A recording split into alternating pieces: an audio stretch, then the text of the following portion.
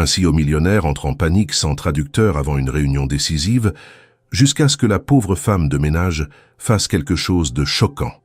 Julien Delacour ouvrit les yeux bien avant que le soleil ne se lève complètement sur Paris. De sa chambre au dernier étage d'un immeuble haussmannien, il pouvait apercevoir la silhouette tranquille de la tour Eiffel, baignée d'une lumière orangée annonçant un jour sans nuages. Mais dans son esprit, le ciel était tout sauf clair. Ce matin-là, il ne s'agissait pas d'une journée ordinaire, ni d'un simple rendez-vous d'affaires. Non, c'était le jour où tout allait se jouer. Âgé de 39 ans, Julien Delacour n'était pas un inconnu dans les milieux économiques de la capitale. Fondateur et PDG de Delacour Tech, une entreprise spécialisée dans les solutions d'intelligence artificielle pour les grandes entreprises, il avait connu une ascension fulgurante. Depuis presque 10 ans, il figurait dans les classements des jeunes dirigeants les plus prometteurs de France. Pourtant, malgré le prestige et les apparences, sa société vacillait sur un fil dangereux depuis plusieurs mois. Le marché avait évolué plus vite que prévu. Les investisseurs s'étaient montrés frileux et certaines décisions internes avaient creusé un déficit inquiétant. Cette réunion, prévue pour 9 heures précises, représentait une chance inespérée.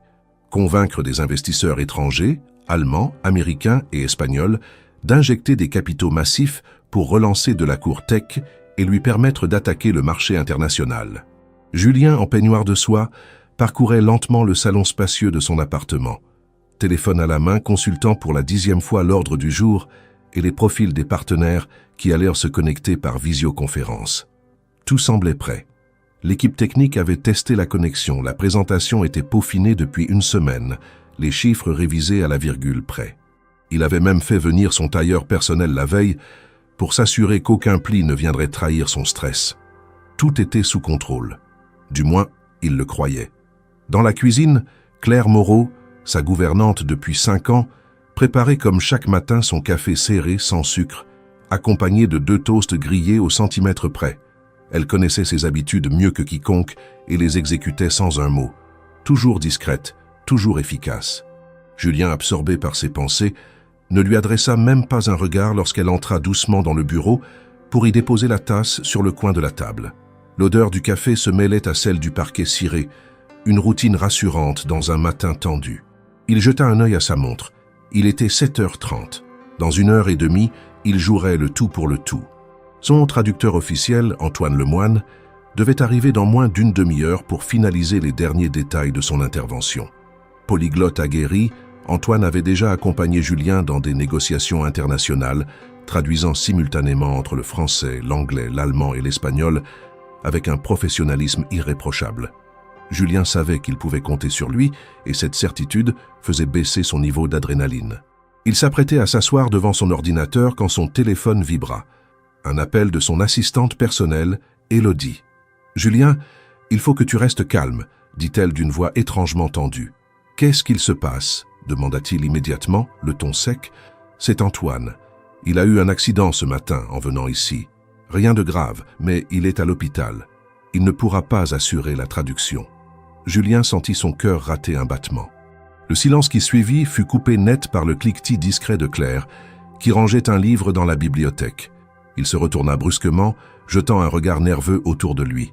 « Et un remplaçant ? Tu en as trouvé un ?» demanda-t-il avec une impatience à peine contenue. « J'ai contacté toutes les agences de traduction disponibles. C'est mission impossible à cette heure. Soit ils sont pris, soit ils exigent un préavis plus long pour une réunion aussi stratégique. Il nous reste moins de 90 minutes. » Julien jura entre ses dents. Il se passa la main dans les cheveux, puis marcha rapidement vers la fenêtre, comme si l'air de la ville pouvait lui apporter une solution. Il tenta de penser à d'autres contacts, d'autres solutions. Mais le réseau qu'il avait bâti, aussi large soit-il, semblait subitement inutile dans ce moment de crise. La peur monta. Ce n'était pas une simple contrariété. Si les investisseurs perdaient confiance dès le début à cause de problèmes logistiques, la réunion serait un échec avant même d'avoir commencé. Et sans cet argent, Delacour Tech n'aurait plus que quelques mois devant elle. Julien retourna dans le salon, posa son téléphone sur la table et s'effondra dans le fauteuil de cuir. Il ferma les yeux un instant. L'homme qui avait toujours eu une réponse pour tout, une stratégie, une sortie de secours, se retrouvait subitement nu face à l'inconnu. Pendant ce temps, Claire continua de nettoyer une étagère, sans bruit, les gestes précis, le regard baissé. Rien dans son comportement ne trahissait qu'elle avait entendu chaque mot de cette conversation. Rien ne laissait présager ce qui allait suivre. Et pourtant, la journée ne faisait que commencer. Julien restait figé dans son fauteuil, les yeux perdus dans le vide, son esprit tournant à une vitesse folle. Tout semblait s'effondrer d'un seul coup, comme un échafaudage qu'on aurait retiré trop tôt. Antoine, l'un de ses piliers les plus fiables, venait de disparaître du tableau à l'instant le plus crucial. La voix d'Élodie résonnait encore dans sa tête, mais plus aucun mot ne semblait avoir de poids. Il se leva brusquement, attrapa son téléphone et se mit à composer frénétiquement des numéros dans son répertoire. D'abord celui d'un interprète qu'il avait rencontré lors d'un congrès à Genève, puis celui d'un contact à Madrid, et enfin un freelance de Berlin dont il avait oublié le prénom. À chaque appel, la même réponse: occupé, indisponible ou simplement injoignable. Le temps qui d'ordinaire travaillait pour lui devenait maintenant un ennemi implacable. Il était 7h50 et aucune solution ne se profilait. Les minutes coulaient comme du sable entre les doigts et chaque seconde écoulée rapprochait Julien de ce qu'il redoutait le plus: perdre le contrôle. Il interpella Élodie par appel vidéo. « Où est l'assistant » demanda-t-il sèchement. « Il est en route, mais avec le trafic. »« Qu'il se dépêche » cria Julien, coupant la communication. Dans un geste de frustration, il balança son stylo sur le bureau, le bruit sec résonnant dans toute la pièce. Claire, toujours dans un coin de la pièce, leva à peine les yeux. Elle connaissait ce genre de tension, elle avait vu Julien passer par des moments difficiles, mais jamais comme celui-ci. Le calme dans ses gestes tranchait avec l'agitation de son employeur. Elle continuait de dépoussiérer un cadre photo représentant Julien en compagnie de plusieurs ingénieurs de son entreprise, tous souriants, détendus, à une époque où le futur semblait encore sous contrôle. Julien se mit à arpenter la pièce. Il s'arrêta devant la baie vitrée, regardant les rues parisiennes s'animer au loin. Les klaxons, les passants, les lumières des boutiques qui s'allumaient, le monde continuait de tourner, comme si son propre univers n'était pas sur le point de s'effondrer. Le contraste était insupportable. Il revint vers le bureau et activa l'écran principal, où apparaissaient déjà les premiers éléments techniques de la visioconférence à venir. Nom des participants, fuseaux horaires synchronisés, documents partagés. Tout était prêt, sauf l'essentiel. Comment allait-il s'adresser à ses investisseurs sans une communication fluide? Il parlait anglais, certes, mais son accent français marqué et son manque de spontanéité dans les échanges commerciaux rendaient l'exercice périlleux. Quant à l'espagnol ou à l'allemand, il n'en maîtrisait que quelques formules de politesse apprises dans des dîners mondains. C'était loin d'être suffisant. À 8h10, son jeune assistant, Thomas, débarqua enfin, essoufflé, le visage rouge. « Monsieur Delacour, j'ai trouvé quelqu'un » s'écria-t-il en brandissant son téléphone. Julien s'approcha aussitôt. « Qui? Où? Il peut être là dans combien de temps ?» Thomas déverrouilla son écran, ouvrit un message. « C'est un traducteur recommandé par une agence en ligne. Il est basé à Lyon mais peut faire la traduction à distance. Il est disponible... » Julien l'interrompit d'un geste de la main. « À distance? Je veux quelqu'un ici, dans la pièce. Je ne veux pas de délai audio, pas d'interférence technique. » Thomas hésita. « Il peut être là demain matin. C'est le plus tôt possible selon l'agence. » Le silence qui suivit fut glacial. Julien le fixa comme s'il venait de lui annoncer la fin du monde. Il se détourna brusquement, se frotta les tempes, puis frappa la table du plat de la main. « Demain matin? Tu veux que je reporte la réunion la plus importante de ma carrière parce que tu n'as pas été fichu de vérifier la disponibilité immédiate ?» Thomas balbutia quelques mots inaudibles, la tête basse. Il n'osa pas relever les yeux. La tension dans la pièce était désormais presque palpable, comme un orage prêt à éclater. Julien respirait fort, tentant de contenir une colère qui débordait déjà. Le jeune assistant recula d'un pas, visiblement au bord des larmes. Claire, toujours à l'arrière-plan, continuait de ranger quelques documents, comme si elle ne voyait rien. Mais en réalité, elle entendait tout. Chaque mot, chaque intonation, chaque soupir. Et à travers ce chaos, une certitude naissait lentement en elle.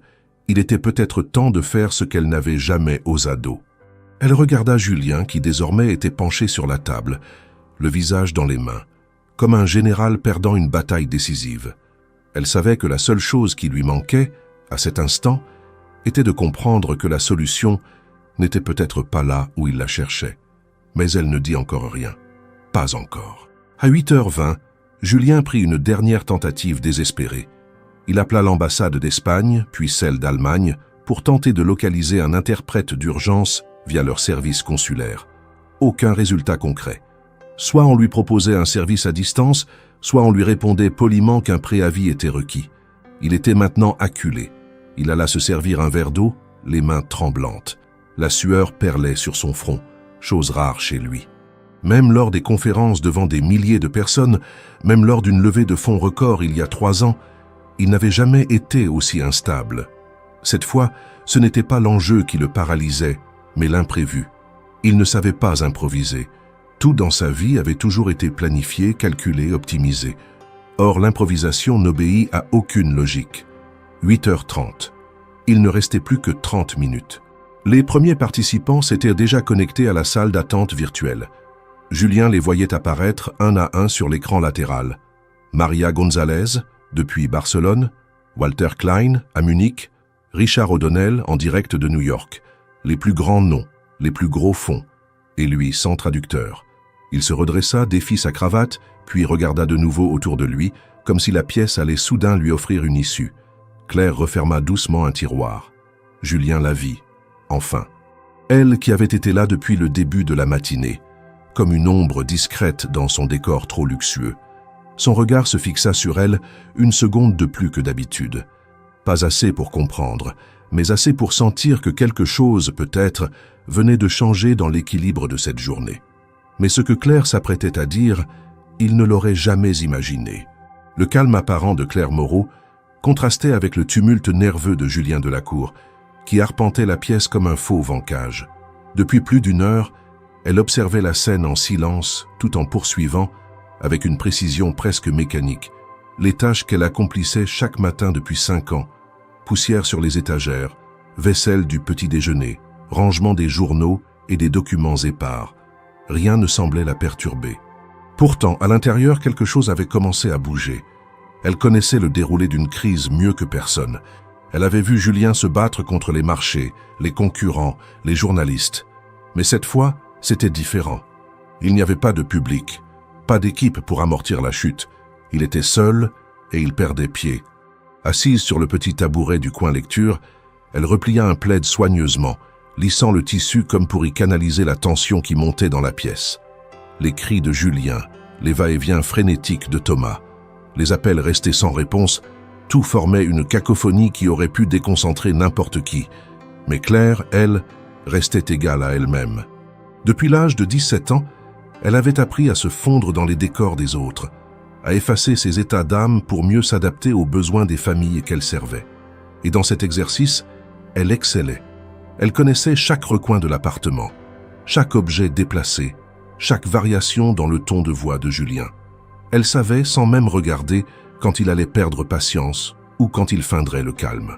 C'était un don né de l'observation, un instinct cultivé dans l'ombre. Et ce matin-là, elle comprit qu'un seuil avait été franchi. Julien n'était plus ce dirigeant sûr de lui qui décidait de tout avec la froideur d'un algorithme. Il était un homme pris au piège par sa propre dépendance au contrôle. Et s'il ne se décidait pas très vite, tout allait s'écrouler. Elle s'autorisa alors un regard plus direct, le premier de la matinée. Julien était accoudé au rebord de la fenêtre, les mâchoires crispées, le regard perdu vers la rue. Son reflet sur la vitre révélait une silhouette tendue, presque affaissée, que Claire n'avait encore jamais vue. Elle détourna les yeux aussitôt, par respect, mais aussi par pudeur, car dans ce reflet, elle avait vu quelque chose qui l'avait troublée, de la peur. À 8h45, alors que Thomas tentait une dernière fois de joindre un interprète basé à Londres, Julien se laissa tomber sur le fauteuil du bureau, en silence. Le téléphone toujours à la main, il ferma les yeux et se massa les tempes. Claire déposa alors un carnet sur l'étagère, fit demi-tour lentement, s'avança de quelques pas. Et dans un français clair, calme, sans théâtralité, elle dit simplement « Monsieur Delacour, si vous avez besoin de quelqu'un qui parle anglais, espagnol ou allemand, je peux aider. » Le silence qui suivit fut total.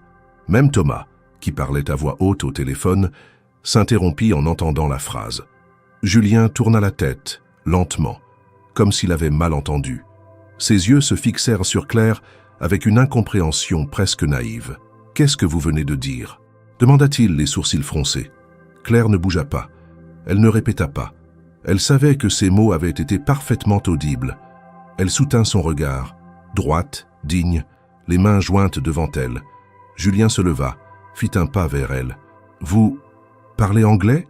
demanda-t-il, comme s'il s'adressait à un fantôme. « Couramment », répondit-elle, « ainsi que l'espagnol et l'allemand. » Il éclata d'un rire bref, nerveux, sans joie. « Depuis quand ? Comment ? Vous êtes femme de ménage, Claire. Depuis 5 ans. Et vous ? Vous parlez 4 langues ? Depuis toujours, dit-elle simplement. Julien ouvrit la bouche, mais aucun mot ne sortit. Il était visiblement désorienté. Il regarda Thomas, comme pour confirmer qu'il n'était pas le seul à entendre ces propos invraisemblables. Le jeune assistant restait immobile, bouche entr'ouverte, ne sachant comment réagir. Claire, elle, restait calme. Pas une trace d'émotion dans sa voix. Pas de fierté, pas de défi. Seulement cette neutralité respectueuse qu'elle avait toujours affichée. « Vous vous moquez de moi ?» finit par dire Julien. « C'est une blague, une improvisation désespérée. » « Non, monsieur. Je ne plaisante jamais sur ce que je sais faire. J'ai enseigné les langues pendant 10 ans avant de travailler ici. » Julien se laissa retomber dans son fauteuil. Il passa une main sur son visage, essayant de relier les fils d'une réalité qu'il n'avait jamais soupçonnée. Claire, l'ombre silencieuse de son quotidien, la femme qui préparait son linge, nettoyait ses vitres, répondait toujours « Oui, monsieur » et « Non, monsieur », était en fait une polyglotte expérimentée, peut-être même plus compétente que bien des traducteurs qu'il avait employés. Le monde venait de basculer. Et ce n'était pas la Réunion ni les investisseurs, c'était ce détail, cette faille dans son jugement, cette réalité invisible sous ses yeux depuis des années. Il se sentit soudain honteux. Pas d'avoir ignoré ses compétences. Il n'avait jamais pensé à lui poser la question, mais d'avoir présumé de sa vie, de son histoire, comme si elle n'avait pas d'autre rôle que de faire partie du décor. Claire recula d'un pas, prête à reprendre sa place, si l'idée qu'elle venait de proposer était perçue comme déplacée. Mais Julien ne dit rien. Il se contenta de la regarder longuement, comme s'il essayait de déchiffrer un texte en langue étrangère qu'il aurait toujours cru incompréhensible. 8h48. Le compte à rebours était devenu implacable. Chaque tic-tac semblait frapper le crâne de Julien comme un rappel cruel de son incapacité à résoudre le problème le plus vital de sa carrière. L'écran affichait déjà les premières connexions à la visioconférence, les noms clignotaient, les caméras s'activaient, les micros étaient testés. L'ingénieur espagnol vérifiait les documents de la présentation, l'analyste allemand partageait un tableau comparatif en ligne, et de New York, la directrice du fonds d'investissement américain avait envoyé un message confirmant sa présence imminente. Tout était prêt, tout, sauf la voix qui devait traduire. Julien fixait Claire sans dire un mot. Son esprit essayait de recoller les morceaux de ce qu'il croyait connaître, de ce qu'il croyait contrôler. Son silence était lourd, non pas de doute, mais d'une sorte de vertige. Thomas, debout près de la porte, observait tour à tour son patron et Claire, visiblement incapable d'intervenir. Julien finit par se lever et se rapprocha lentement du jeune assistant.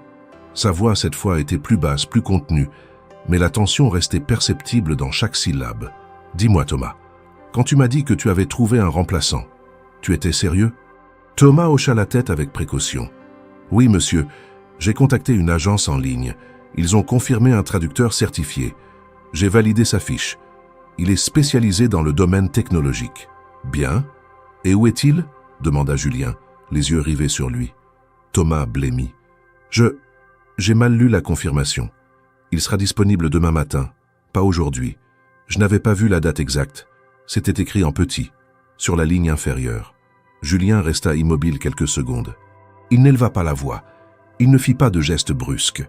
Mais quelque chose dans son regard fit trembler Thomas. « Tu as validé un traducteur pour demain ?» répéta-t-il, lentement, comme pour s'assurer qu'il avait bien compris. « Je suis désolé, monsieur. Je voulais juste anticiper, je croyais... » « Anticiper ? Pour demain ? Alors que tout se joue aujourd'hui. » Thomas baissa la tête, incapable de soutenir le regard de Julien. Un silence glacial s'abattit sur la pièce. Même les bruits de la rue semblaient s'être arrêtés. Julien se détourna, retourna vers son bureau et fixa l'écran. Il ne restait plus que 12 minutes avant le début de la réunion. Il apercevait déjà les premiers visages apparaître à l'écran. Un consultant new-yorkais vérifiait sa connexion. L'analyste allemande feuilletait les premières diapositives partagées. Le monde entier se synchronisait pour cette réunion. Et lui n'était pas prêt. Il s'assit, le dos raide, les mains jointes, et fixa le vide. Ses pensées s'entrechoquaient dans un désordre qu'il ne parvenait pas à structurer. Il avait tout planifié, tout verrouillé. Mais ce qu'il n'avait jamais prévu, c'était de devoir faire confiance à quelqu'un hors de son cercle, encore moins à Claire. Il la regarda de nouveau. Elle était restée droite, dans la même posture, les mains croisées devant elle, le regard calme. Elle n'avait rien ajouté à sa proposition. Elle ne cherchait pas à le convaincre. Elle avait dit ce qu'elle avait à dire. Maintenant, elle attendait. Julien se leva une nouvelle fois, s'approcha d'elle et la détailla longuement, comme s'il la voyait pour la première fois. « Vous avez enseigné, vous avez dit ?»« Où ?»« À Toulouse. J'ai travaillé dans un lycée pendant plusieurs années, puis dans un centre de langue. J'enseignais l'anglais et l'allemand. L'espagnol, je l'ai appris en vivant 2 ans à Valence. « Et pourquoi avoir quitté tout ça ?» demanda-t-il, la voix à peine audible. Claire hésita un instant, mais répondit sans détour. « Ma mère est tombée malade. J'ai dû rentrer en urgence et l'accompagner pendant ses traitements. Quand elle est décédée, j'ai cherché un emploi qui me permettait de rester à Paris, dans un cadre stable, sans responsabilité trop lourde. J'ai postulé ici et vous m'avez engagé. » Julien hocha la tête lentement. Il ne savait pas quoi dire. Il avait cru tout savoir de Claire.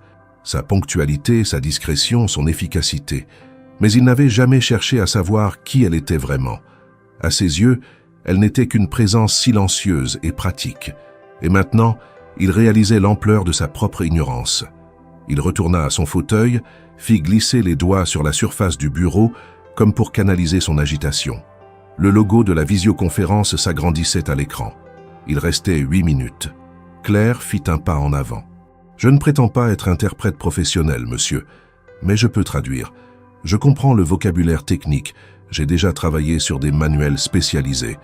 Je peux vous aider à maintenir la fluidité de l'échange, à transmettre vos idées avec précision. » Julien l'écoutait, mais ses pensées le ramenaient sans cesse à cette peur viscérale de l'échec. Il savait que la moindre erreur de communication pouvait faire perdre des millions. Pourtant, il n'avait pas d'autre option. Pas en 8 minutes. Il regarda Thomas, puis Claire, puis de nouveau l'écran. Les derniers participants entraient dans la salle virtuelle. Il ouvrit le tiroir de son bureau, sortit une oreillette de conférence, puis la tendit à Claire sans un mot. Elle la prit calmement, l'inséra à son oreille et fit un pas vers lui. « Si vous me faites confiance, monsieur, je ferai de mon mieux. » Julien hocha la tête, sans conviction. Mais c'était décidé. Il n'avait plus le choix. L'homme qui contrôlait tout venait de confier son avenir à la seule personne qu'il n'avait jamais vraiment regardée. L'horloge indiquait 8h54, plus que 6 minutes. Et pour la première fois, Julien n'avait aucune idée de ce qui allait se passer. 8h57. Le silence dans le bureau était total, mais ce n'était pas un silence apaisant. C'était une tension suspendue, un vide qui attendait d'être rempli par un mot, un geste, une respiration trop forte. Julien se tenait droit devant son écran, les yeux fixés sur l'interface de la visioconférence qui affichait les dernières connexions. Les noms s'alignaient. Walter Klein, Maria Gonzalez, Richard O'Donnell. 3 géants de la finance et de la technologie. 3 regards qui, dans moins de 3 minutes, scruteraient chaque mot, chaque hésitation, chaque détail. Claire, debout à 1 mètre de lui, tenait l'oreillette contre son oreille, réglant le volume avec précaution. Elle portait toujours sa tenue simple du matin. Un chemisier beige à manches longues, un pantalon noir sans prétention, mais il y avait dans sa posture une assurance nouvelle. Pas une arrogance, pas une provocation, seulement cette présence calme et solide de quelqu'un qui sait ce qu'il vaut, même si personne ne l'a jamais reconnu. Julien la regardait du coin de l'œil, encore incapable de croire qu'il s'apprêtait à la faire entrer dans la réunion la plus décisive de sa carrière. Ce n'était pas seulement un saut dans l'inconnu, c'était une remise en question de tout ce qu'il pensait maîtriser, les compétences, les statuts, la hiérarchie. Il voulait encore douter, chercher un plan B, prier presque pour qu'un miracle technologique résolve tout à la dernière seconde. Mais il n'y avait plus de temps, et il le savait. Il inspira profondément, fit glisser la souris jusqu'au bouton « Démarrer la réunion » et cliqua. L'écran bascula aussitôt en mode conférence. Les visages des 3 investisseurs apparurent en pleine résolution, souriants, prêts. Des salutations formelles s'échangèrent, d'abord en anglais. Julien tenta de répondre lui-même, mais au bout de quelques phrases, son accent et son hésitation commencèrent à ralentir l'échange. Claire, sans attendre un signal, s'avança d'un pas, leva légèrement la main et prit la parole dans un anglais limpide, sans le moindre accent français. « Good morning, everyone. Mr. Delacour is very pleased to welcome you. He apologizes for the technical inconvenience earlier, and I will be assisting him throughout the meeting to ensure perfect communication in English, Spanish and German. » Le visage de Richard O'Donnell se figea un instant, surpris par la voix féminine. Walter Klein pencha légèrement la tête, intrigué. Maria González haussa les sourcils avec un demi-sourire. Julien, lui, ne disait rien. Il observait. Il découvrait.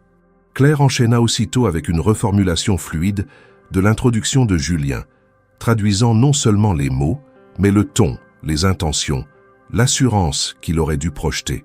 Et à mesure qu'elle parlait, un changement subtil s'opérait dans l'atmosphère virtuelle de la réunion. Les visages se détendaient, les regards se fixaient sur elle avec intérêt. Il ne s'agissait plus d'une simple traduction. Il s'agissait d'une médiation intelligente, précise, vivante. Lorsque Walter Klein prit la parole à son tour, cette fois en allemand, Claire lui répondit avec une fluidité parfaite, sans même avoir besoin de prendre des notes. Julien, qui ne comprenait que quelques mots isolés, sentit une chaleur étrange lui monter au visage. Ce n'était pas de la honte, c'était une forme d'humilité brutale, nouvelle pour lui.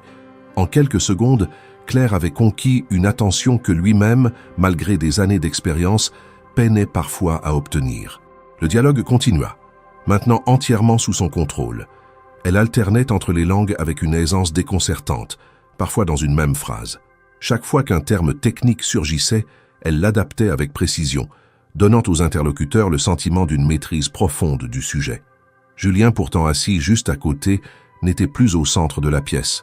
C'était elle, désormais, que tous écoutaient. Mais ce qui frappa Julien plus que tout, ce fut le regard des investisseurs. Ce n'était pas seulement de l'étonnement ou de l'admiration, c'était du respect. Et ce respect, il n'avait jamais vu quelqu'un l'obtenir aussi vite, sans costume, sans titre, sans présentation PowerPoint. Juste par la compétence nue, exposée comme une vérité irréfutable. Pendant un bref moment, il se demanda combien de fois Claire avait caché ce talent dans le silence. Combien de fois elle avait réprimé l'envie d'intervenir lorsqu'il répétait avec assurance des phrases mal prononcées en anglais. Combien de fois elle avait nettoyé cette même salle en entendant des discussions qu'elle comprenait mieux que ceux qui les menaient. Il avait été aveugle, non par malveillance mais par habitude.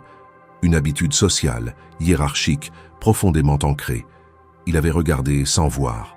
La réunion se poursuivit. À chaque transition, Claire assurait une fluidité irréprochable. Elle reformulait les phrases les plus complexes avec une élégance qui n'avait rien d'académique, mais tout d'instinctif. Julien n'avait plus besoin de la corriger, de la guider, ou même de l'introduire. Elle s'était imposée, sans violence, sans effraction, simplement en existant pleinement. À un moment, Maria González lui posa directement une question, en espagnol, sans passer par Julien. Claire répondit immédiatement, avant même que Julien ne réagisse. Et ce fut à ce moment-là que quelque chose de décisif se produisit. L'axe de la réunion glissa. Claire n'était plus seulement l'interprète, elle devenait une interlocutrice. Une courroie de transmission, certes, mais aussi une traductrice de culture, de ton, de stratégie. Julien comprit alors que la dynamique venait de changer. Il avait confié à une femme de ménage le rôle d'interprète, et celle-ci était en train de lui sauver non seulement la réunion, mais peut-être l'avenir même de sa société. 8h57 avait été l'instant de rupture. 9h23 était celui de la révélation. Claire n'était pas une employée secondaire. Elle n'était pas une figure silencieuse en arrière-plan. Elle était, ce matin-là, la seule personne capable de maintenir le navire à flot. Et elle le faisait avec une précision redoutable, sans une goutte de sueur, sans une once de revendication. Juste en parlant, juste en traduisant, juste en étant. À 9h33, cela faisait maintenant plus de 30 minutes que Claire guidait la réunion avec une aisance déconcertante. Les investisseurs échangeaient avec elle presque naturellement, comme s'ils avaient oublié que leur interlocuteur principal était Julien Delacour. Ce dernier, resté à sa place, intervenait de temps à autre pour préciser une information, valider une décision, mais la dynamique générale avait basculé. Pourtant, malgré l'évidence de la performance de Claire, quelque chose résistait en lui. Il n'arrivait pas à accepter pleinement ce qu'il voyait, pas encore. Ce n'était pas de la jalousie, ni de la rancune, c'était un orgueil ancien, viscéral, qu'il ne savait même pas nommer. Un réflexe de classe peut-être, ou simplement le fruit d'années passées à bâtir une image où chaque chose avait sa place. Claire, dans son monde, n'était jamais censée sortir de l'ombre. Elle appartenait à la sphère des invisibles, ceux qu'on ne remarque que lorsqu'ils oublient quelque chose. Et pourtant, elle était là, au centre, plus compétente que tous les profils qu'il avait auditionnés pour occuper des postes clés dans son entreprise. Julien tentait de se convaincre que cette solution n'était que temporaire, une réponse d'urgence. Il lui suffisait de se répéter que ce matin n'était qu'une exception, une parenthèse imprévisible dans une réalité bien structurée. Mais plus la réunion avançait, plus cette justification perdait de sa force. Les regards dirigés vers Claire n'étaient pas ceux qu'on adresse à une intérimaire ou à une remplaçante improvisée. C'étaient les regards de partenaires qui reconnaissent la compétence, qui évaluent une possible collaboration de long terme. Lorsque Richard O'Donnell s'adressa de nouveau à elle, cette fois avec une question pointue sur l'évolution des marchés européens en matière d'intelligence artificielle, Julien se redressa légèrement, prêt à intervenir, mais Claire répondit avant même qu'il n'ouvre la bouche. Et sa réponse fut non seulement exacte, mais également pertinente, intégrant des données actualisées que Julien avait lui-même révisées la veille. Il sentit alors une frustration lui serrer la gorge. Il n'aurait jamais cru vivre cela, être effacé, non pas par un concurrent, mais par une femme qu'il n'avait jamais considérée autrement que comme la gouvernante. La tension qu'il ressentait n'était pas tournée contre elle, mais contre lui-même. Il comprenait que ce qui le gênait, c'était d'avoir échoué à la reconnaître. Pas seulement ses compétences linguistiques, toute son identité, son intelligence, sa maîtrise, son esprit stratégique. Il avait cru la voir pendant 5 ans, et en réalité, il n'avait jamais rien vu. Il avait entendu son « bonjour, monsieur », il avait goûté ses cafés, il avait noté son efficacité, mais il n'avait jamais perçu l'étendue de ce qu'elle était. Et ce constat le brûlait. Lors d'une courte pause dans la réunion, où les investisseurs devaient se déconnecter pour quelques minutes avant la suite des présentations, Julien se leva brusquement et se dirigea vers la cuisine. Il avait besoin de distance, de silence. Claire, de son côté, resta dans le bureau, retirant l'oreillette pour masser légèrement son oreille. Elle ne montrait aucun signe de tension, pas même de fierté, juste cette tranquillité de ceux qui n'ont plus rien à prouver. Dans la cuisine, Julien se versa un verre d'eau glacée. Il sentait son pouls battre jusque dans ses tempes. Il ferma les yeux un instant, essayant de recentrer ses idées. Il pensait à son père, à cette éducation rigide, où les rôles étaient assignés dès l'enfance. Il pensait à ses anciens mentors, à tous ceux qui lui avaient appris à ne jamais baisser la garde, à toujours dominer une salle, à s'imposer par la compétence et la posture.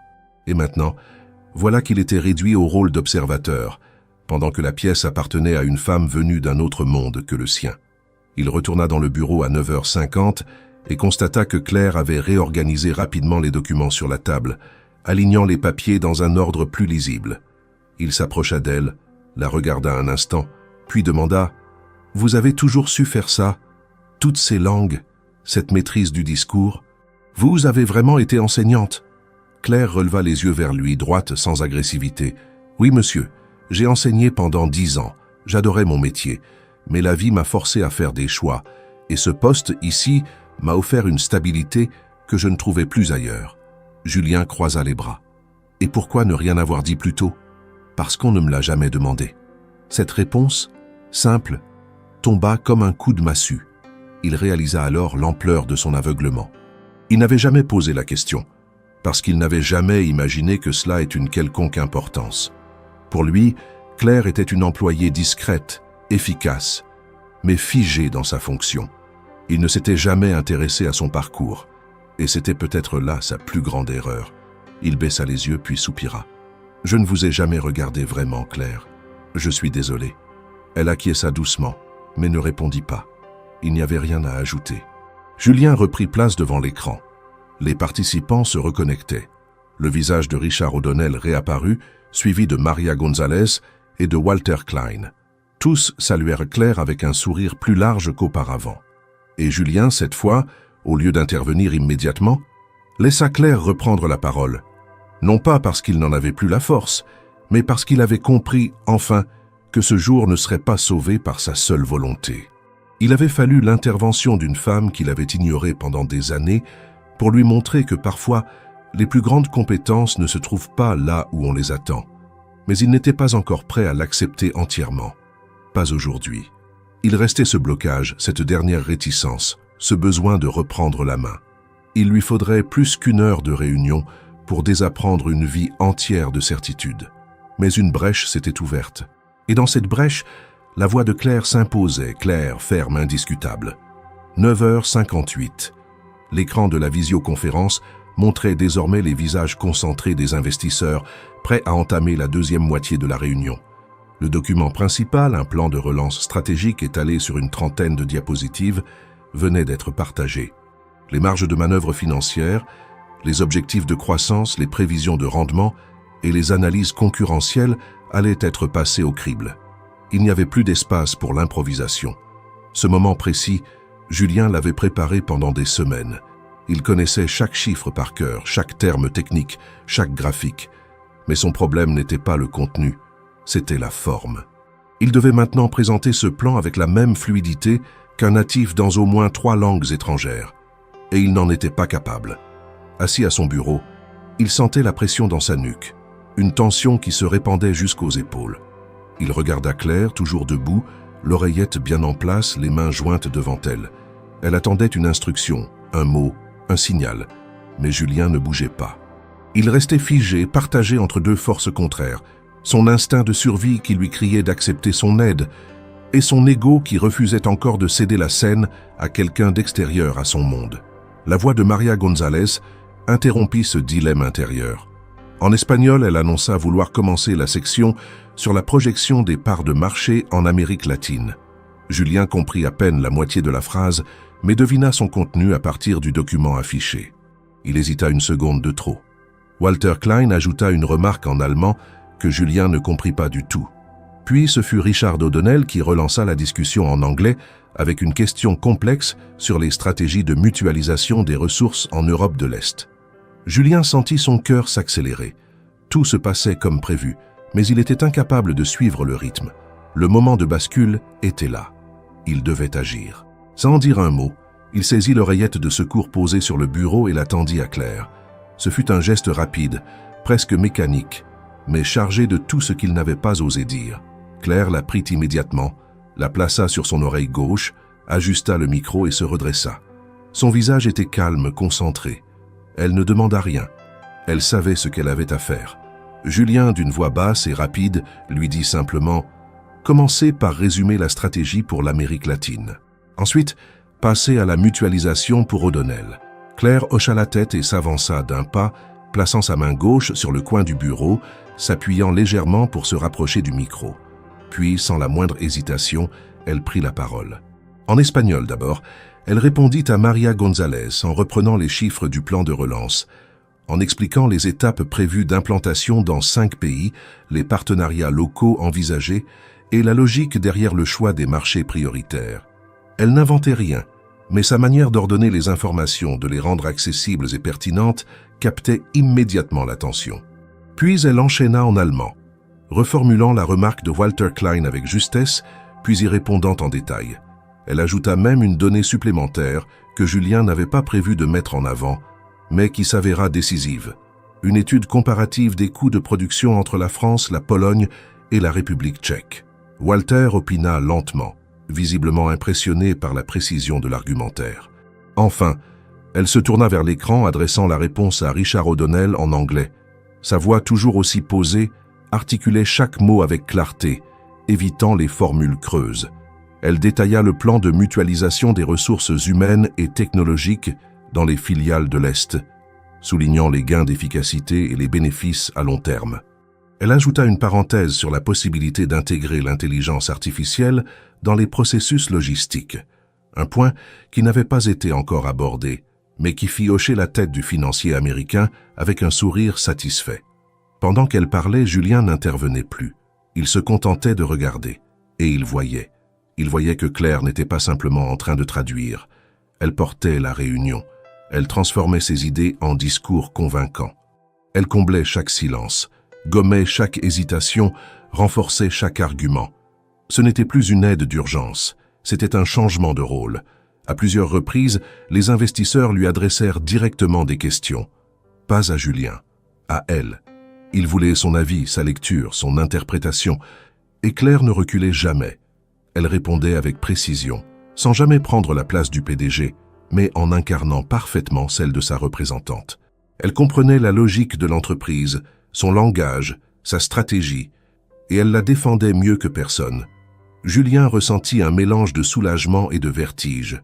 Le soulagement de voir la réunion avancer, même au-delà de ses espérances, et le vertige de comprendre que ce succès ne lui appartenait pas entièrement. Il était en train de vivre ce que très peu de dirigeants osent admettre, être dépassé, mais dans le bon sens, dépassé par la compétence d'une personne qu'il avait ignorée. Il savait qu'après cette réunion, rien ne pourrait redevenir comme avant. À 10h20, Claire annonça la fin du point principal et proposa un tour de table pour les remarques finales.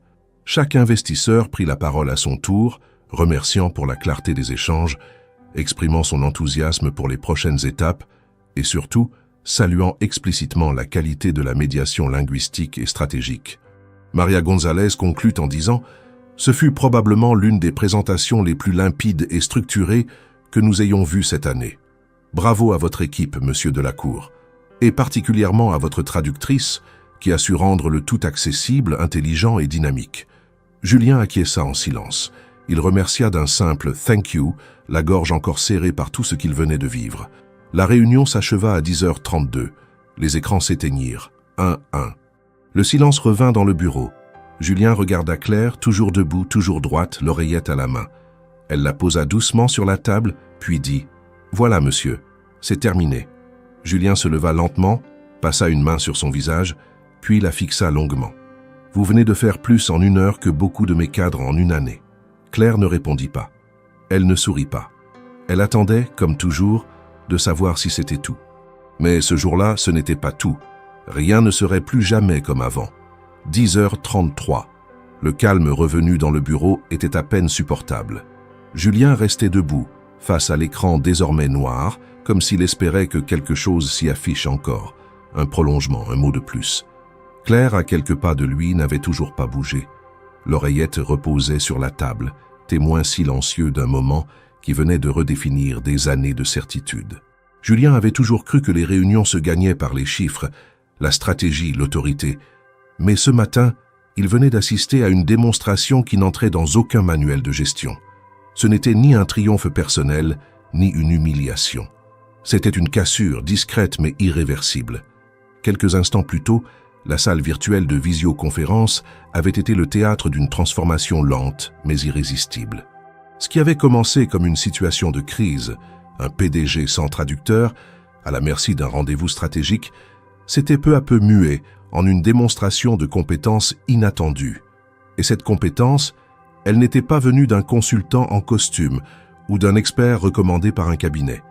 Elle venait de Claire, une femme sans diplôme affichée sur les murs, sans carte de visite, sans aucun attribut du monde des affaires, mais avec une maîtrise qui ne laissait place à aucun doute.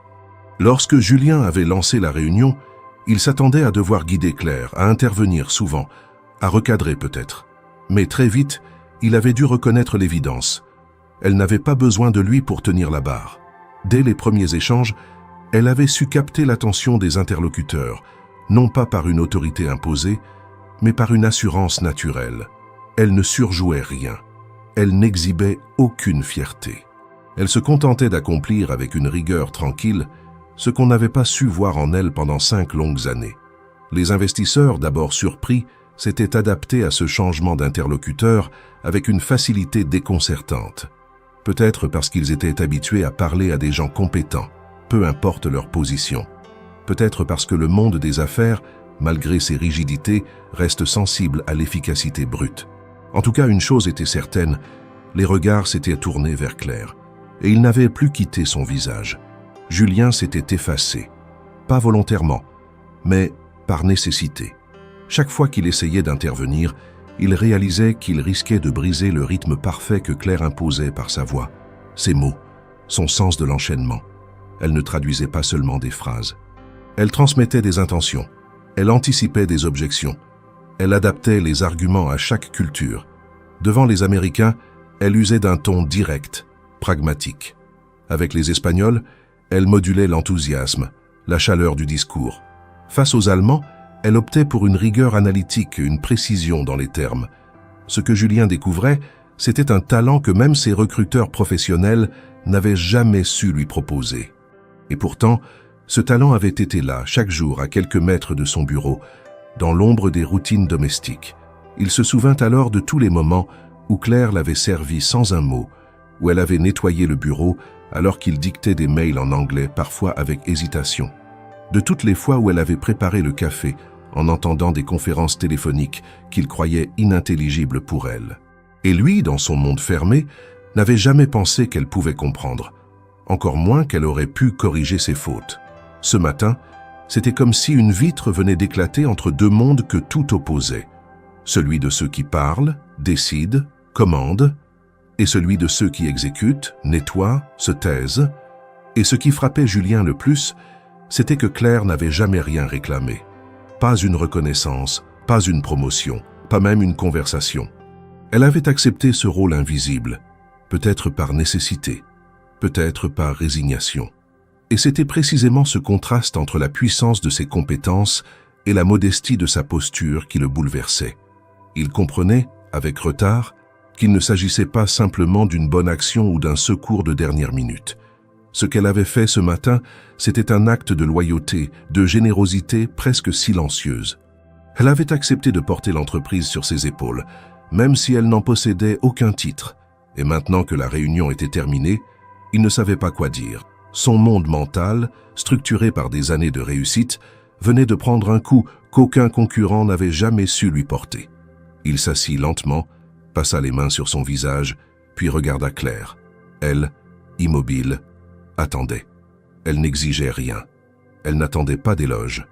Elle avait simplement fait ce qu'elle savait faire, quand on lui en avait donné la chance. Julien s'éclaircit la voix. « Vous avez été remarquable, Claire. Je ne trouve pas d'autres mots. Remarquable. » Elle inclina légèrement la tête. « Merci, monsieur. » Il reprit hésitant. « Je ne sais pas pourquoi vous avez accepté. Je ne vous ai jamais demandé ce que vous saviez faire. Je ne vous ai jamais écouté. Et pourtant, ce matin, vous m'avez sauvé. Vous avez sauvé l'entreprise. Vous avez sauvé. » Tout, Claire le regarda un moment avant de répondre. « Je l'ai fait parce que j'ai entendu votre voix trembler, monsieur, et parce que je savais que je pouvais faire la différence. » Julien sentit sa gorge se serrer. Il voulait ajouter quelque chose, mais les mots ne venaient pas. Pas encore. Il avait besoin de temps pour assimiler, pour comprendre, pour faire face à cette réalité qu'il avait toujours refusé de voir. Claire n'était pas une exception. Elle était la preuve vivante que les talents ne portent pas toujours de cravate, que les compétences ne s'affichent pas sur les murs, que les gens les plus brillants peuvent aussi être ceux qu'on remarque le moins. Et surtout, elle était la démonstration que l'intelligence humaine, quand elle n'est pas écoutée, ne disparaît pas. Elle attend, elle observe, elle apprend en silence. Et parfois, dans un matin de panique, elle surgit pour rappeler au monde qu'il faut regarder plus loin que ce qu'on croit voir. À 10h45, alors que l'ambiance semblait avoir atteint une stabilité presque confortable, la réunion prit un nouveau tournant. La première phase de présentation étant terminée, les investisseurs commencèrent à entrer dans une zone plus délicate. Les questions spécifiques, les objections techniques, les demandes de précision pointues. C'était là que les présentations bien préparées cédaient leur place à l'improvisation stratégique. Et c'est précisément à ce moment que Claire révéla une facette encore plus impressionnante de ses compétences. Richard O'Donnell fut le premier à ouvrir le bal. Son visage affichait un sérieux nouveau, celui d'un homme qui s'apprête à tester les fondations d'un projet. Il demanda en anglais une explication approfondie sur la compatibilité des systèmes d'intelligence artificielle développé par Delacour Tech avec les infrastructures logicielles déjà en place dans les grandes multinationales. Une question complexe, exigeant des connaissances techniques précises, notamment en matière d'API, de protocoles de communication, de formats d'échange de données. Julien jeta un bref coup d'œil à Claire, mais n'eut même pas besoin de lui donner le feu vert. Elle prit la parole avec assurance, commençant par reformuler la question de manière plus claire, pour s'assurer qu'elle avait bien compris toutes les implications. Puis, dans un anglais technique et parfaitement adapté au contexte, elle expliqua comment les ingénieurs de Delacour Tech avaient conçu des modules adaptatifs compatibles avec plusieurs standards internationaux, notamment ceux utilisés par les groupes américains. Elle évoqua les protocoles REST, les structures JSON, la modularité des plateformes, la possibilité d'interfaçage avec des solutions tierces. Richard, en l'écoutant, opina lentement. Il comprenait qu'il n'avait pas affaire à une traductrice ordinaire. Elle parlait comme une professionnelle du secteur. Walter Klein, manifestement stimulé par ce niveau de réponse, enchaîna aussitôt en allemand avec une interrogation encore plus technique. Il souhaitait savoir comment la sécurité des données était garantie dans les échanges multiplateformes, notamment en ce qui concernait la conformité au RGPD et aux exigences allemandes supplémentaires en matière de cryptage.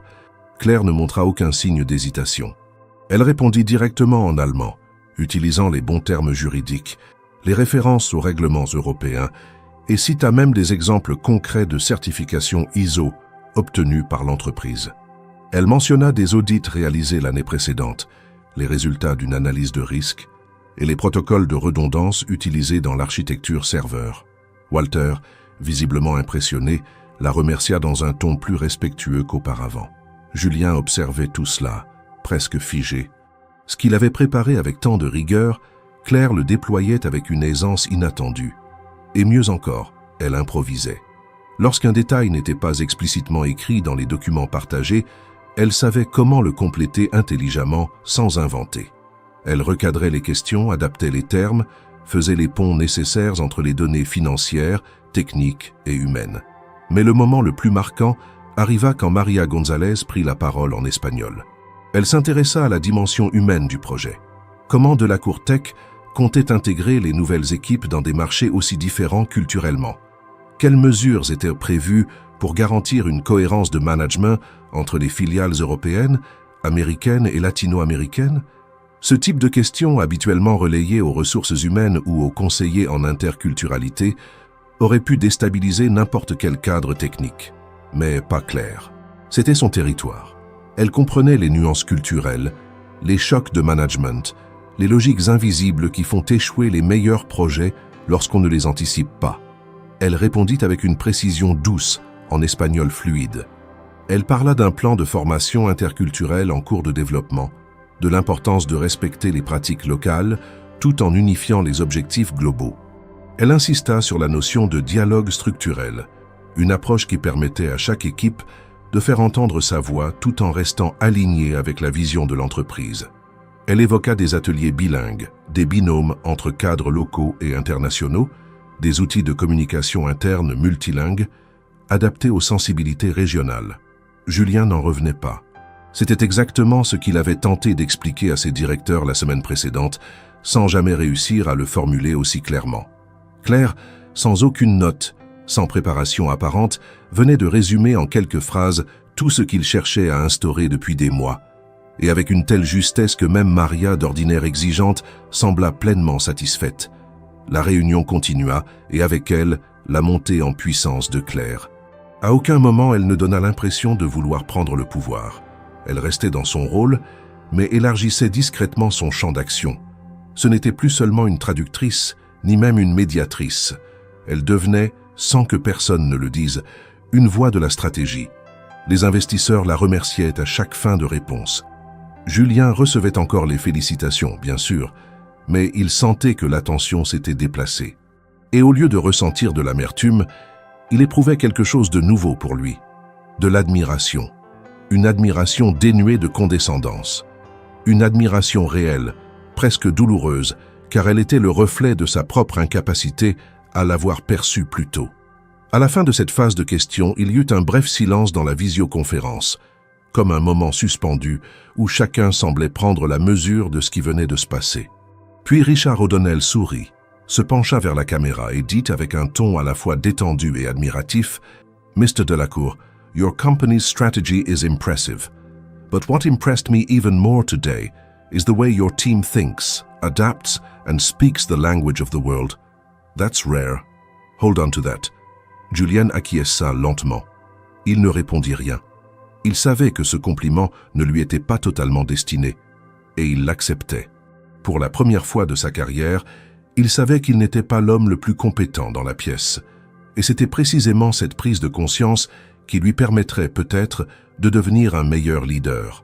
Il était 11h14 lorsque Walter Klein, l'un des investisseurs les plus rigoureux et méthodiques de la réunion, demanda à reprendre la parole pour un point hors agenda.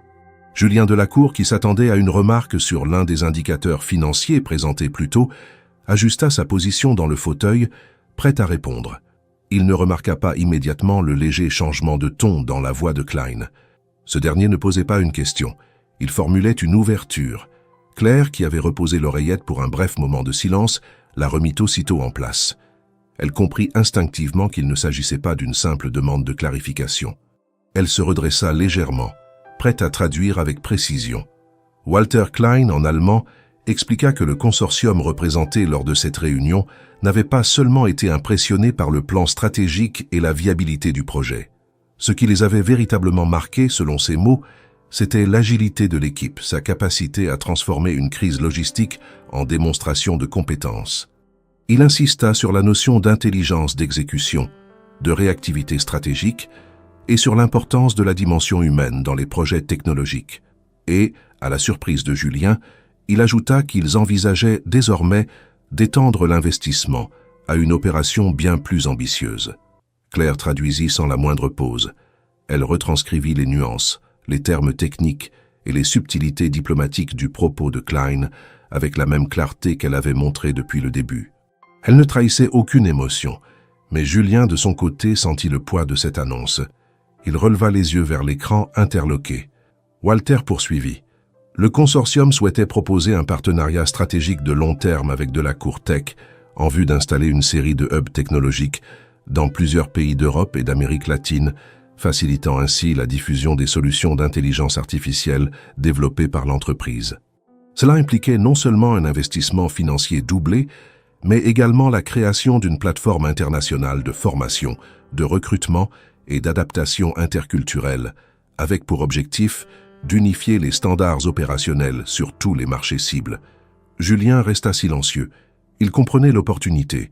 Il voyait les chiffres, les retombées, les bénéfices à long terme.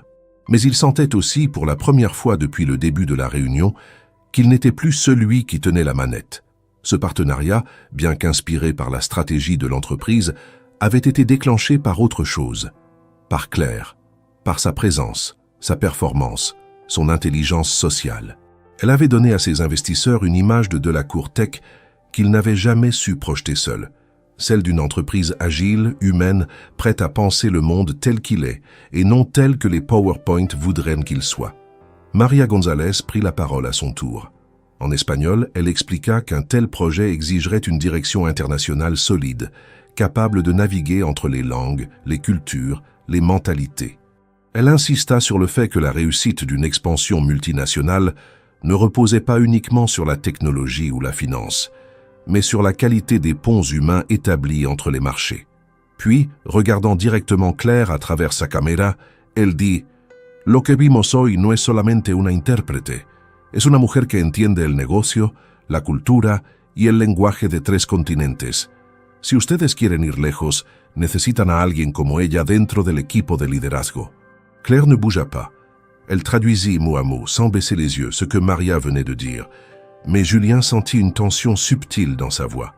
Ce n'était pas de la peur, c'était une retenue, comme si elle pressentait que ce qu'elle disait à voix haute allait changer le cours de sa propre vie. Julien ne répondit pas tout de suite. Il s'était appuyé contre le dossier de son fauteuil, les mains jointes, le regard posé sur l'écran. L'idée tournait dans sa tête, mais il ne savait pas encore comment l'exprimer. Ce n'était pas une décision technique, ni même stratégique, c'était une décision humaine, Accepter que Claire prenne un rôle dans la direction de l'entreprise revenait à reconnaître que pendant des années, il était passé à côté de l'essentiel. Richard O'Donnell, pragmatique comme toujours, conclut la série d'interventions en disant « Let's make this clear. We are ready to increase our investment significantly, but only if we're sure that the international side of this operation is handled with the same clarity and coherence we saw today. That means your translator, your international liaison, must be part of this project, not outside, inside. » Julien inspira profondément. Il se tourna enfin vers Claire, qui n'avait toujours pas changé d'expression. Elle attendait. Non pas qu'il l'autorise, mais qu'il comprenne ce qui se jouait. Il se pencha légèrement vers le micro, puis dit « Mesdames et messieurs, je vous remercie pour cette confiance renouvelée.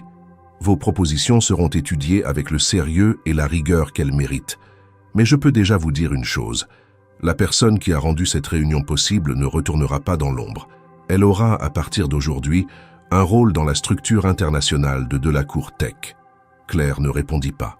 Mais dans son regard, quelque chose venait de s'allumer. Julien le vit, et pour la première fois, ce n'était plus lui qui avait tous les projecteurs braqués sur lui, et cela ne lui posait plus de problème. La réunion se termina sur une note solennelle. Les investisseurs, chacun dans leur langue, exprimèrent leur enthousiasme et leur volonté de formaliser les prochaines étapes. Julien remercia, Claire traduisit. Aucun d'eux ne sourit excessivement. Il n'y avait pas de triomphe démonstratif. Il y avait une lucidité partagée. Une fois la dernière caméra déconnectée, Julien se leva lentement.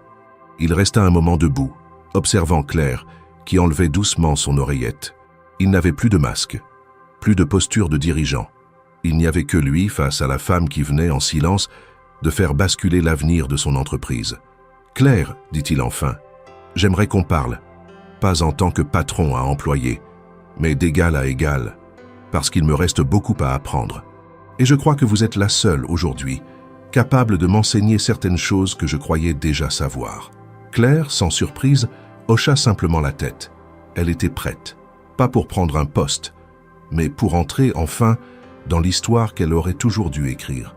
Après la réunion, dans le silence feutré du bureau, Julian et Claire restèrent seuls face à face. Les rideaux étaient tirés, la lumière tamisée. Le monde extérieur semblait suspendu. Julien s'assit lentement, croisant les mains sur ses genoux, et chercha quelque chose dans les yeux de Claire qu'il n'avait jamais cherché auparavant. Elle posait devant lui une présence stable, ni suppliante, ni dominatrice, mais puissante par sa simplicité. Il prit une courte inspiration, comme pour reprendre possession de sa voix. « Claire, je veux comprendre. Je veux connaître cette histoire que vous ne m'avez jamais racontée. » Elle le regarda avec douceur, sans se dérober. Elle s'assit aussi en face de lui, sans rigueur formelle, simplement présente. Dans l'ombre du bureau, la gravité du moment pesait. Elle déglutit, puis commença à parler. Elle raconta son enfance dans un village modeste du sud-ouest de la France. Comment ses parents, de modestes artisans, avaient encouragé ses études malgré les difficultés financières. Comment, dès le lycée, elle avait montré une facilité pour les langues étrangères, une oreille musicale pour les sons, une curiosité insatiable pour les cultures lointaines. Elle avait obtenu une bourse pour entrer à l'université de langues étrangères, puis avait enseigné dans divers centres de formation.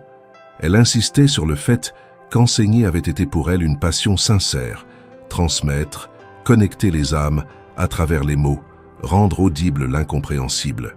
Mais la vie, comme souvent, avait exigé des sacrifices. Sa mère tomba gravement malade. Elle abandonna ses ambitions pour rester à ses côtés. Elle fit des petits travaux, enseigna à mi-temps, tout en soignant, en veillant, en soutenant. Quand sa mère succomba, elle se retrouva sans repère, sans stabilité. Elle décida alors de quitter la ville universitaire pour venir à Paris, trouver un travail garanti, un cadre régulier. C'est ainsi qu'elle avait postulé pour devenir femme de ménage chez Julien Delacour. Elle ne demanda jamais à reprendre l'enseignement, pensant que ce passé était une marque de faiblesse, quelque chose qu'elle devait garder pour elle. Julien écoutait, ébranlé. Il réalisait qu'il n'avait jamais posé ces questions simples. « Qu'as-tu fait? D'où viens-tu? Qu'as-tu voulu être ?» Il avait cru la connaître. Il n'en connaissait que les gestes, pas les rêves. Claire poursuivit. Dans ses années d'enseignement, elle avait partagé des projets, participé à des colloques sur la traduction automatique, rédiger des articles sur la médiation linguistique dans les relations internationales. Mais ses travaux restaient dans l'ombre, jamais valorisés dans les cercles académiques, ni dans les revues prestigieuses. Elle avait cessé d'essayer de percer. Elle avait accepté l'idée qu'un talent sans réseau demeurait silencieux. Lorsque Julien proposa, les yeux brillants, de l'invite à témoigner au prochain congrès technologique de son entreprise, elle refusa doucement. Elle ne désirait pas la reconnaissance formelle, pas pour elle-même. Elle voulait juste une chance d'être utile, d'être entendue. Julien s'excusa avec une sincérité qu'il ne lui connaissait pas. « J'ai été arrogant et aveugle. J'ai cru que les talents se montrent toujours, qu'ils demandent qu'on les remarque. Je n'ai jamais cru que la plus précieuse puisse rester invisible. » Elle répondit calmement. « Vous ne m'avez jamais demandé. C'est différent. Quand on ne te demande jamais, tu apprends à te taire. C'est votre responsabilité autant que la mienne. » Ils restèrent un moment dans ce silence dense où les mots trop tardifs flottaient entre eux. Julien sentit la culpabilité et la reconnaissance s'entrelacer en lui. Il lui offrit une main, qu'elle prit doucement. « Ce que vous avez fait ce matin aura un impact durable dans cette entreprise et dans ma vision de ce que signifie diriger. Mais je veux que vous sachiez ceci. Vous ne changerez pas, Claire. Je ne veux pas que vous perdisiez votre humilité, votre manière unique d'écouter, de comprendre. Je veux que vous restiez fidèle à vous-même, juste transposé dans un autre rôle. » Elle hocha la tête, émue, sans mots superflus. Julien se leva enfin, marcha jusqu'à un meuble, prit une photo ancienne en noir et blanc, la posa devant elle. Sur cette photo, on la voyait plus jeune, souriante, entourée de collègues dans un contexte académique, debout derrière un pupitre. Elle la regarda un instant, ses yeux s'humidifiant à peine. « Je ne l'ai jamais montré à personne ici, dit-elle. Peut-être que maintenant je peux. » Julien la regarda, la photo à la main, puis sans mot de plus, il la replaça sur l'étagère. Il savait que ce moment marquait une transition profonde, non seulement dans leur rapport, mais dans la manière même dont il concevrait désormais les hommes et les femmes autour de lui. Il venait d'admettre que ce qu'il croyait diriger pouvait parfois être dirigé par ceux qui, sans le savoir, étaient près depuis longtemps. Ils quittèrent le bureau l'un après l'autre, marchant côte à côte. Julien referma la porte derrière eux sans bruit, comme si le monde avait changé dans cet instant de vérité. Les jours qui suivirent la réunion décisive furent marqués par un tourbillon de mouvements internes chez Delacour Tech. Les accords furent entérinés, les documents juridiques envoyés aux différents sièges des investisseurs, les premières étapes du partenariat stratégique enclenchées. Les employés, encore peu au courant des détails, sentaient que quelque chose d'important s'était produit. Une énergie nouvelle flottait dans l'air. Mais ce que peu savaient, c'est que la cause de ce bouleversement n'était pas venue d'un consultant renommé ou d'un rachat d'entreprise, mais d'une employée jusque-là invisible aux yeux de tous. Claire Moreau, jusqu'alors responsable de l'entretien des bureaux, se préparait à faire un pas qu'aucune femme de sa position n'avait jamais franchi dans l'histoire de la société. Julien Delacour, transformé par ce qu'il avait vécu, avait pris une décision sans attendre l'avis de son comité exécutif. Il avait convoqué Claire dans son bureau un matin, sans formalité. Il s'était assis, face à face, comme il l'avait fait quelques jours plus tôt, mais cette fois l'atmosphère avait changé.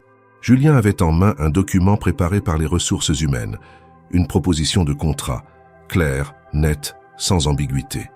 Un poste de directrice des relations internationales, avec pleine autorité sur les équipes linguistiques, les partenaires étrangers et les aspects interculturels des projets d'expansion. Claire lut chaque paragraphe avec calme, sans empressement, sans émotion apparente. Lorsqu'elle referma le dossier, Julien la regarda droit dans les yeux. « Ce n'est pas une faveur, Claire. Ce n'est pas une récompense. C'est une reconnaissance et je ne suis pas le seul à le vouloir. Les investisseurs eux-mêmes ont demandé que vous fassiez partie intégrante de la direction du projet. » Claire resta silencieuse. Elle ne semblait ni surprise ni flattée. Elle répondit simplement d'un ton posé « Je l'accepte, mais à une condition. » Julien s'attendait à une clause contractuelle, une demande de rémunération ou de télétravail. Mais ce qu'elle ajouta le prit de court. « Je veux continuer à vivre dans mon quartier. Je veux garder mon appartement actuel, garder ma vie simple, et je veux consacrer une partie de mon temps à des projets linguistiques dans les écoles publiques de mon arrondissement. Je ne veux pas qu'on m'arrache à ce que je suis pour me transformer en autre chose. » Julien ne répondit pas tout de suite. Il comprenait que cette demande n'était pas un caprice, c'était la condition de son équilibre. Elle savait ce que le pouvoir pouvait faire. Elle avait vu trop de gens se transformer au contact du prestige. Elle n'était pas de ceux qui veulent s'élever pour dominer. Elle voulait juste occuper l'espace qu'on lui avait refusé trop longtemps, sans renier ce qu'elle avait été. Il signa le contrat sans changer une virgule. L'annonce officielle fut faite en comité restreint, sans communiqué de presse, sans déclaration publique. Julien présenta Claire à ses directeurs comme une spécialiste des relations multiculturelles, ancienne enseignante ayant rejoint l'entreprise par un chemin inhabituel. Il ne mentionna pas son poste précédent. Il ne le nia pas non plus. Il laissa à chacun le soin de découvrir qui elle était vraiment. Les premiers mois furent marqués par une série de réorganisations.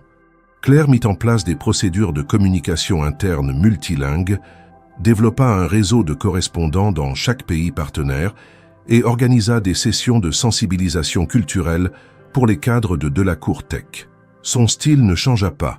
Elle restait directe, concise, sans détour. Elle ne jouait pas à la dirigeante, elle faisait le travail. Son autorité se construisait dans l'action, pas dans les titres. Beaucoup furent déstabilisés au début. Certains doutèrent de sa légitimité, se murmurant que Julien avait sans doute perdu la tête. Mais ces murmures s'éteignirent au fil des semaines. Les résultats parlaient d'eux-mêmes. Les partenaires étrangers se déclaraient plus confiants. Les négociations avançaient plus rapidement. Et les projets, autrefois freinés par des incompréhensions culturelles, progressaient avec fluidité. Julien observait ce changement avec une forme de fierté silencieuse. Mais ce n'était pas lui qui avait bâti ce succès. Il avait juste su au bon moment ne pas faire obstacle. Un jour, alors qu'ils sortèrent d'une réunion avec des délégués allemands, Claire s'arrêta dans le couloir et lui dit « Vous savez pourquoi ça fonctionne maintenant ?» Julien, intrigué, secoua la tête. « Parce que vous avez accepté que la compétence ne vienne pas toujours d'en haut et que le respect ne s'impose pas. Il se gagne. Vous avez cessé de croire que tout devait passer par vous. » Julien sourit. Ce n'était pas une critique, c'était un constat. Et c'était vrai. En parallèle de ses nouvelles fonctions, Claire resta fidèle à son engagement personnel. Chaque mercredi après-midi, elle se rendait dans une école de son quartier pour animer un atelier linguistique avec des enfants issus de milieux modestes. Elle leur parlait d'allemand, d'espagnol, d'anglais, mais surtout de ce que les langues peuvent ouvrir comme porte. Elle ne leur promettait pas de devenir PDG, mais elle leur montrait que parler plusieurs langues, c'était exister dans plusieurs mondes à la fois. Elle refusait les interviews, les photos, les réseaux professionnels. Elle répondait poliment, mais fermement à ceux qui voulaient en faire d'elle un symbole. Elle ne voulait pas être l'exception qui confirme la règle, elle voulait juste faire son travail. Et prouver, chaque jour, que la place d'une personne ne dépend pas de son passé, mais de ce qu'elle est capable de faire quand enfin on l'écoute. Dans les couloirs de Delacour Tech, on apprenait à la connaître, pas seulement comme une dirigeante, mais comme une présence constante, exigeante mais juste. Une femme qui avait su transformer le silence en force et la discrétion en autorité. Personne ne l'appelait plus la dame du ménage. On disait simplement Claire. Et ce prénom suffisait à imposer le respect. 6 mois s'étaient écoulés depuis la réunion décisive. En à peine un semestre, l'univers de Delacour Tech avait été profondément transformé, non pas par un rachat spectaculaire ou par un bouleversement technologique, mais par l'arrivée silencieuse et constante d'une voix différente dans les sphères de décision. Claire Moreau, devenue directrice des relations internationales, avait redéfini la manière dont l'entreprise parlait, écoutait et agissait dans le monde. Elle n'avait pas imposé un nouveau modèle de gouvernance, mais avait su infléchir l'ancien, le rendre plus perméable à l'humain, à l'intuition, à la complexité réelle des interactions culturelles. Sous sa coordination, les échanges avec les partenaires espagnols s'étaient intensifiés. Les antennes de Delacour Tech à Berlin et à Madrid travaillaient désormais en étroite collaboration, tandis qu'un programme pilote avait été lancé au Brésil pour explorer de nouveaux marchés. Le projet de plateforme multinationale proposé lors de la fameuse réunion avait été validé, financé, amorcé. Mais plus que les chiffres ou les implantations, ce qui marquait les esprits, c'était l'ambiance nouvelle qui régnait dans les étages de l'entreprise. On parlait plus calmement, on écoutait avec plus de soin. Les équipes ne se contentaient plus de répéter des procédures, elles les questionnaient, les amélioraient. Une culture de la nuance s'était installée, et Claire en était discrètement le centre. Julien Delacour, lui, avait également changé. Ses collègues et ses partenaires avaient remarqué son ton plus posé, ses silences plus fréquents, ses regards plus longs lorsqu'un employé prenait la parole. Ce n'était pas qu'il était devenu un autre homme. Il restait exigeant, compétitif, orienté résultat. Mais il avait intégré une donnée nouvelle. La compétence ne se mesure pas uniquement à la vitesse de réaction ou à la clarté d'un graphique. Elle se trouve aussi dans l'écoute, dans les silences, dans les gestes qu'on croyait sans importance. Un jour, lors d'une grande réunion annuelle de l'entreprise, où tous les cadres et responsables internationaux étaient réunis à Paris, Julien monta sur scène pour prononcer son discours traditionnel.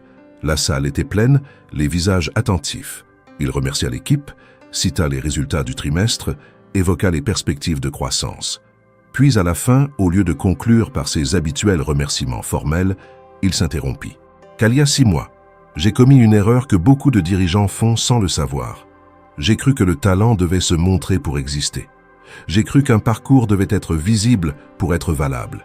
Et j'ai failli passer à côté de l'une des personnes les plus brillantes que j'ai croisées dans toute ma carrière. » Il se tourna vers la droite de la scène, où Claire, assise en retrait, écoutait avec son calme habituel. Il leva le bras sans emphase et ajouta « Claire Moreau ne m'a pas seulement aidé à sauver une réunion, elle m'a aidé à revoir ce que signifie vraiment diriger, et je pense que nous avons tous ici quelque chose à apprendre d'elle. » La salle, d'abord silencieuse, éclata en applaudissements. Des sincères, profonds, longs. Claire, fidèle à elle-même, ne se leva pas, ne fit pas de geste. Elle sourit brièvement, puis baissa les yeux, comme si elle ne voulait pas absorber cette lumière-là. Mais elle savait que ce moment comptait, non pour elle seule, mais pour tous ceux et celles qui, dans l'ombre, attendaient qu'on les voie autrement. Dans les semaines qui suivirent, plusieurs employés vinrent la voir discrètement. Des jeunes diplômés, des anciens, des personnes d'origine modeste, des femmes souvent reléguées à des rôles secondaires. Elles lui racontaient leur parcours, leurs ambitions, leurs doutes. Elle ne promettait rien. Elle écoutait, conseillait parfois, orientait vers les bonnes personnes. Elle n'était pas devenue mentor officiel, mais elle inspirait. Par sa simple manière d'être, elle montrait qu'un autre parcours était possible. Pas celui qui monte en ligne droite, mais celui qui prend des détours, qui apprend en silence, et qui finit par s'imposer quand l'occasion, enfin, se présente. Elle continuait ses ateliers linguistiques dans son quartier, refusant les propositions de déménagement que Julien lui fit pourtant plusieurs fois. Elle restait fidèle à ses trajets en métro, à ses habitudes simples. Elle avait compris qu'on ne transforme pas le monde en quittant le sien. Elle voulait rester une passerelle, pas une exception isolée. Un matin, alors qu'elle entrait dans l'ascenseur du siège, elle croisa une jeune stagiaire qui la reconnut aussitôt. La jeune femme, visiblement intimidée, bafouilla un bonjour puis ajouta « Vous êtes Claire Moreau, celle de la Réunion ?» Claire sourit doucement. « Oui, c'est moi. Je voulais juste dire merci. Vous me donnez envie de ne pas abandonner. » Claire posa une main sur l'épaule de la jeune femme, puis répondit calmement « N'abandonnez pas. Parfois, il faut juste attendre que les autres ouvrent les yeux. En attendant, apprenez. Et soyez prête. » Julien, qui observait la scène depuis le fond du couloir, sourit. Il savait désormais que Claire n'était pas seulement un talent sauvé par hasard. Elle était une force tranquille, un rappel permanent que le respect, le vrai, ne se demande pas. Il se mérite, il se donne. Et parfois, il revient là où on ne l'attendait plus.